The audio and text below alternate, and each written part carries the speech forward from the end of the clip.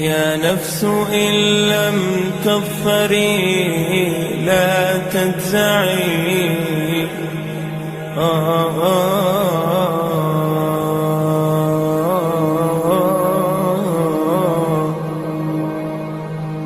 يا نفس إن لم تظفري لا تجزعي، وإلى موائد جود مولاك ارجعي. يا نفس إن لم تظفري لا تجزعي، وإلى موائد جود مولاك ارجعي.